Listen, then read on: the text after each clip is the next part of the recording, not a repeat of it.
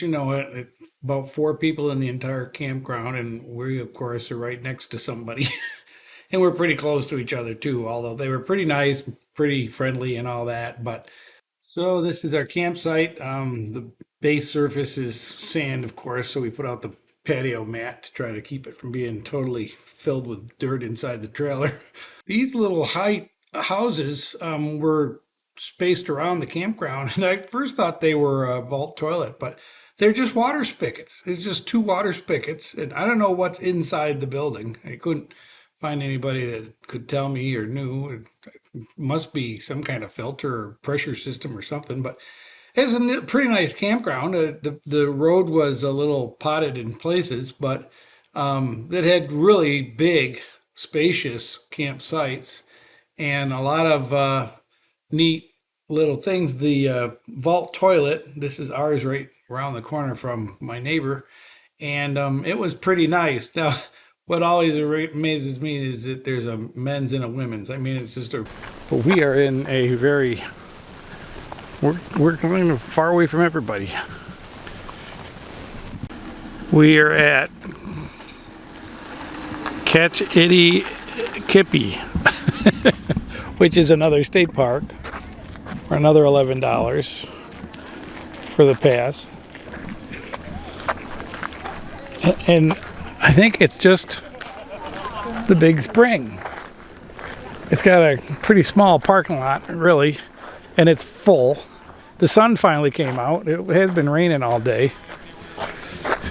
And there's a building of bathrooms that have a huge line, and of course a gift shop. There's not much to see. It's like silliness. But the tourists are here.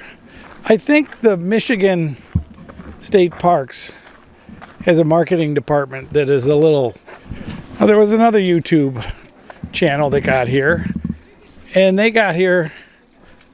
I don't know if it was early or a special day or what, but they were all alone on this boat. Now, this is a silly boat that the people on the boat drag it across the lake or the spring, and you can see down through the glass bottom, but you know, it's just a big spring, just a lake. Hey, you guys out of there.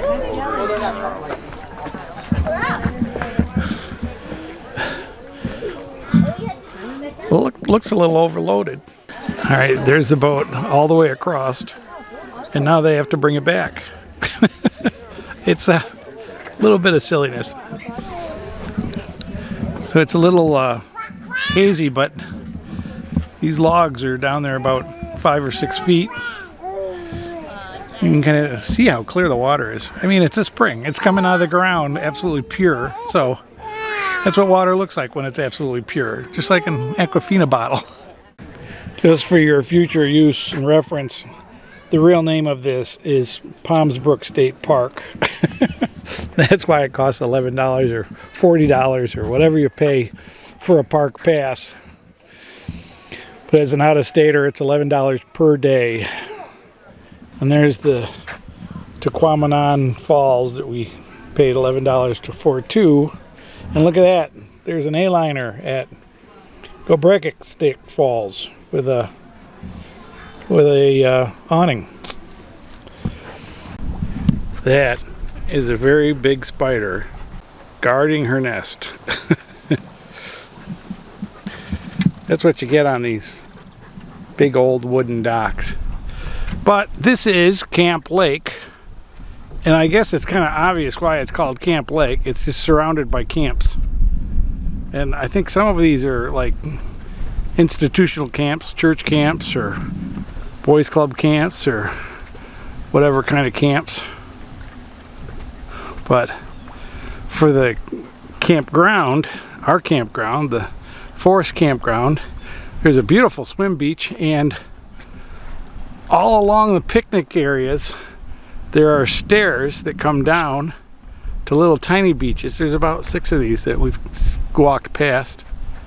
There's another one. There's a boat over by this one here. I don't know if that's supposed to be there, if it blew over. There's a lot of wind.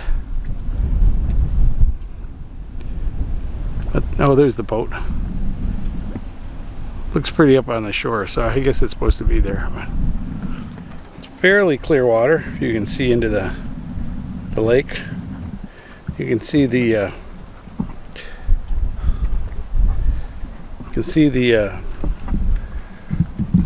weeds on the bottom, and there are stones. All right, so this is the map of the camping, and we are over here at 33, and those are electric. And then we come down here, and these are non-electric, I think.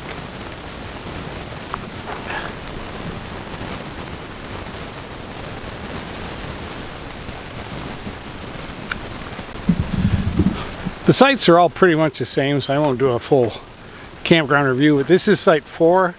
It's a great big beautiful site on set up for RVs with the table on the right side. But right next to them is site 6, which, you know, you got a little path between them, and then right next to that is site 8. On the other side, the sites are the same. The door's on the wrong side looking at the road, and they're a little shorter. They don't go into the woods, and there's a line of sites on the other side of the little greenery there, so you're back to back with the other campers. These sites are non-electric. These are primitive sites for $24 versus $28, so for $4 you get electricity.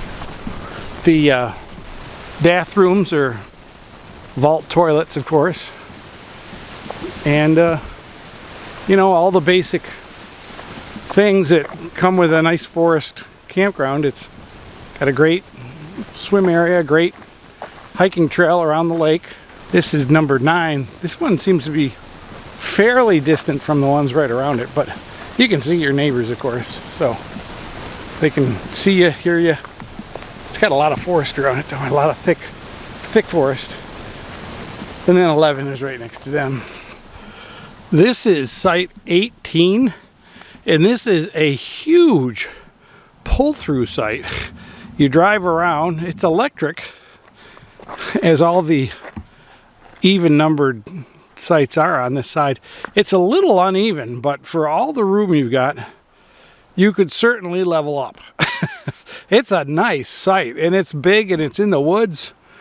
You know, you've got a lot of woods between you and the road, and your next camper is way over. So number 18, pretty impressive.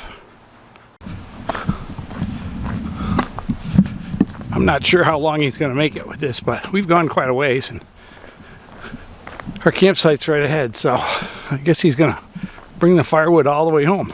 He's got a little wiggle to that butt. He thinks he's pretty cool.